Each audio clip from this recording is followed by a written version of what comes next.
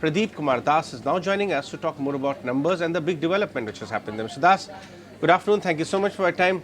Superb set of numbers and additional congratulations on now being a Navaratna. Let's start with that good news. See, we all understand that being a Navaratna gives the company board and management much more autonomy and control on quick decision making, which otherwise may take some time. Some calls need to be taken from the the ministry level.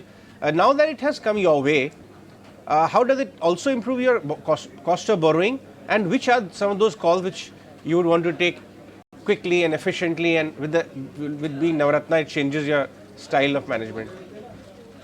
Yeah, thank you and very good afternoon. And thanks for calling for this interaction. In fact, we have published the result on 19th, and probably market has not expected that we'll be publishing so early. And we are the earliest in banking and non-banking space. So that is the best quality corporate governance with respect to reporting the result, audited result, that we have already established. Coming to numbers, is not one quarter. Last 12 quarters, we have given quarter on quarter exponentially doable results, which is normally not expected from a government entity. In general, people perceive that way, but the perception has already undergone quite a lot of change in recent years. And with IPO of IREDA and post-IPO of IREDA, since you talked about pricing and all, because we being management of PSU, we do not have any market interactions, because except for the employee quota shares, we don't deal in shares also. And see, quarter on quarter number growth and quarter on quarter better quality corporate governance, these two things has given solid confidence to the investors. And some corrections are normally happens when you go for listing. And if you see, the price went up to around 219 and it came down to 170 and stable for quite some time. And then our market is not agnostic, and we are living in a globalized era. Anything happening in one corner of the globe impacts the other corner of the globe. And we being the renewable energy industry, which is technology centric, any new technological intervention that also impact across. And then again, we are into financing. In the money market is quite dynamic, quite sensitive. So considering all those things, our continuous improvement in numbers and especially reduction of NPA, and now we have come down to below 1. And in a span of 4 years, from 7.18 of net NPA to coming down 0.99, our team's dream now is to reach to zero net NPA in time to come.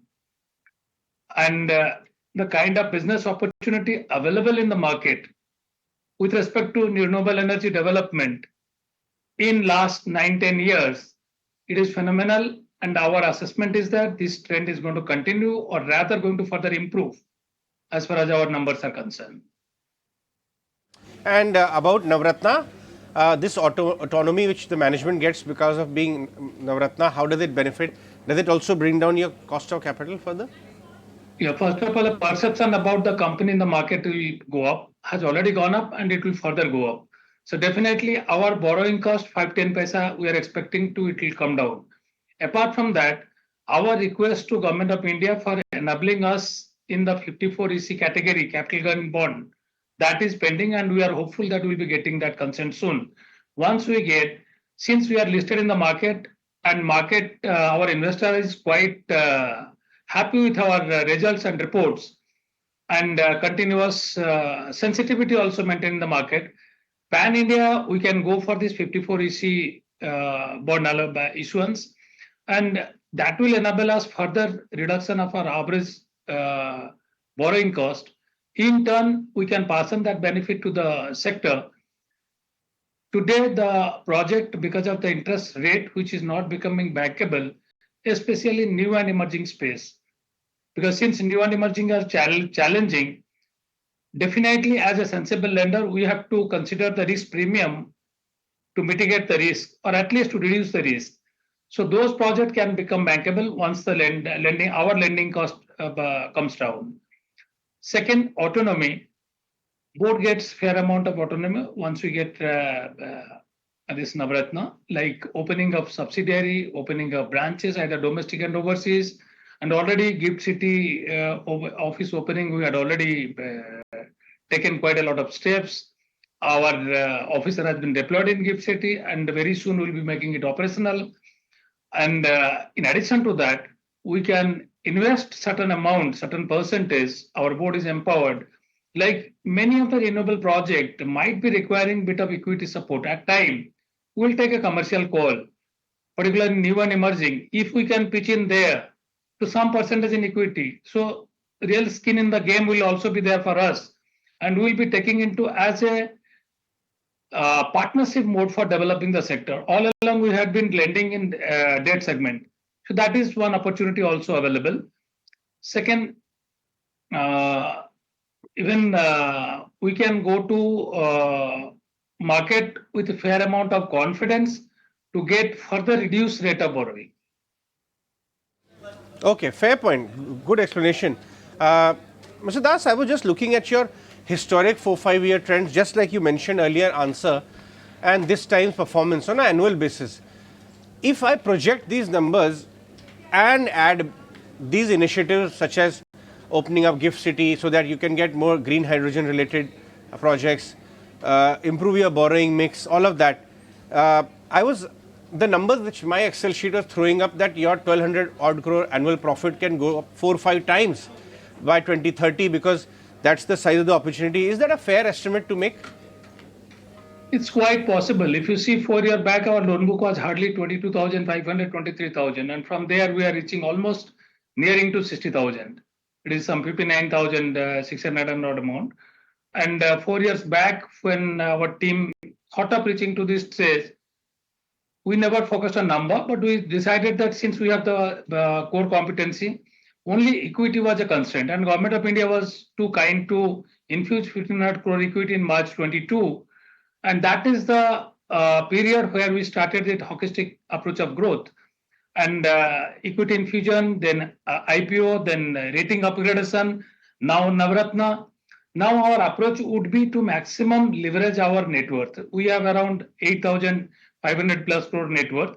So 7 times we'll be leveraging it, and we'll keep on adding to our net worth, whatever ways and means, either in the form of subdebt, a PDI, or even follow-on public offer, whatever is there, fresh equity. We have to ensure that continuous, constant growth in the net worth, so that tremendous opportunity available in this renewable and emerging space in order to reach to 500 gigawatt by 2030 by Government of India's commitment in the global level. And we being the leader in this space, and we being the expert in this space, we have enough opportunity. So our object is to keep on growing numbers, at the same time, keep on sustaining the best quality corporate governance standards. Because that is what the ultimate expectation of the stakeholder. The numbers should grow, at the same time, NPA should come down. As I said, net NPA, our team's dream is to bring down to 0. And we are quite confident in the time to come that also can be achieved. See, when we are working in a complete digital mode, our IREDA Business Center, we have targeted to work in a completely zero paper and zero visitor mode, which means we believe in full automation. Our paper consumption in that office has been reduced almost 97, 98%. And we are contributor to decarbonization. It is not that we are financing, we are also practicing.